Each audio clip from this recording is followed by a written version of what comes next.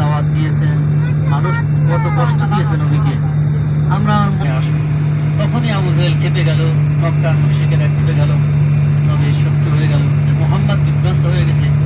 আমাদের পূর্বপুরুষের ধর্ম থেকে সে মধ্যে যে অগ্রহণযোগ্য ভাব আছে, ভাবগুলোকে যেন আল্লাহ অন্তরটা শুদ্ধ করে দাও, যেখানে হেদায়েতের আলো হেদায়েত না থাকে, দিনের ক্ষেত্রে নবীর আদর্শের ক্ষেত্রে।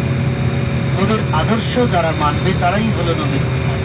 যারা আদর্শ মানব সকল প্রকার একত্রিত হয়েও হবে না, কারণ যেই সময়ে নবীর চারিদিক দিয়ে শত্রু, সেই সময় ছিল আবু তালেব নবীর একমাত্র আশ্রয়স্থল। সেই কাবা শরীফের যাবতীয় সব খেদমতের নেতৃত্ব তাইলে জান্নাতে যাওয়ার জন্য ব্যবস্থা। জান্নাতে যাবে কারা? যারা নিজেদের সব যুক্তি বুক্তি ফেলে দিয়ে ওই বেলাল ইবনে মাসউদ বিনা বাক্যে বিনা যুক্তিতে মনের খটকা দ্বন্দ্ব দ্বিধা সব ফেলে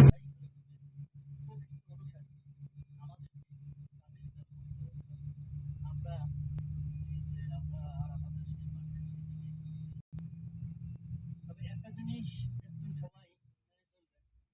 সবাই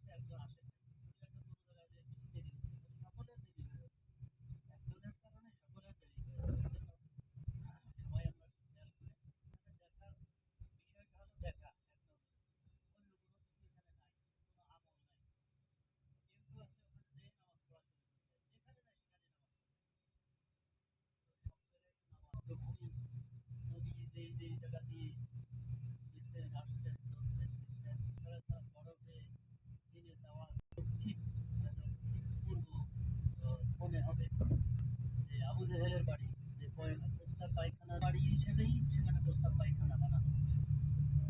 এই বাড়ির গর্ভে থেকে জন্মগ্রহণ করেছিলেন।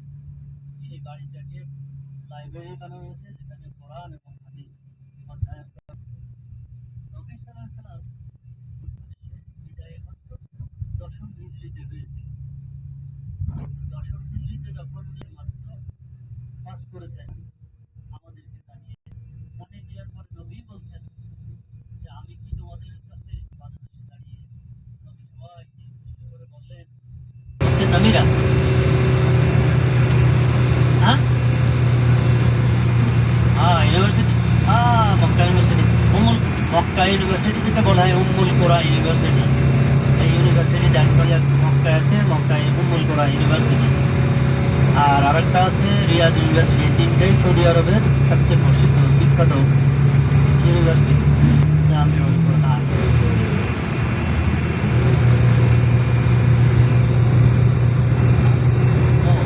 জামিয়াত উম্মুল।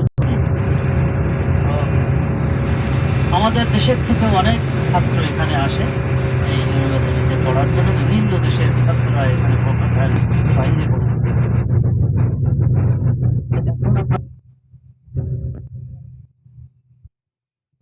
এরা আর পাশে রসুল ইসলাম যেখানে 2 বার দোয়া করেছেন, দোয়া মঞ্জুর হয়েছে, একটা মসজিদ রয়েছে এখানে। ওমর রাদিয়াল্লাহু আনহু বাড়ি একটা মসজিদ, উসমান রাদিয়াল্লাহু আনহু বাড়িতেও একটা মসজিদ। যেখানে থাকতেন সেখানে মসজিদ। তাদের প্রত্যেকের এই স্মৃতিকে ধরে রাখার জন্য যেই মাঠে হজের দিনে টিভিতে আমরা সবাই দেখি যে আরাফাতের মাঠ অনেক বড়, আরাফাতের মাঠে অবস্থান করা হজের ফরজ 3টার একটা। আমরা এখন এই আরাফাতের মাঠে পাহাড় দেখতেছি, মনে হচ্ছে কাছেই, এই তো পাহাড়, কিন্তু গেলে দেখা যাবে বেশ দূরে, রহমতের দিকে চলে যাবে।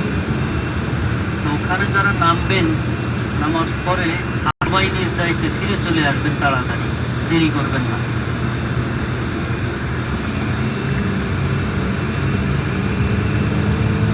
এই যে আমরা চলছি সেই জাবাদের রহমতের দিকে।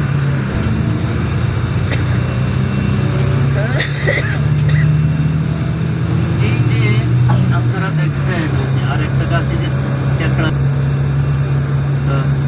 এই বাগানকে সিঁড়ি আছে। আপনারা কিন্তু যারা মাছ ওঠা হাদিসে বর্ণিত নাই বা কোথাও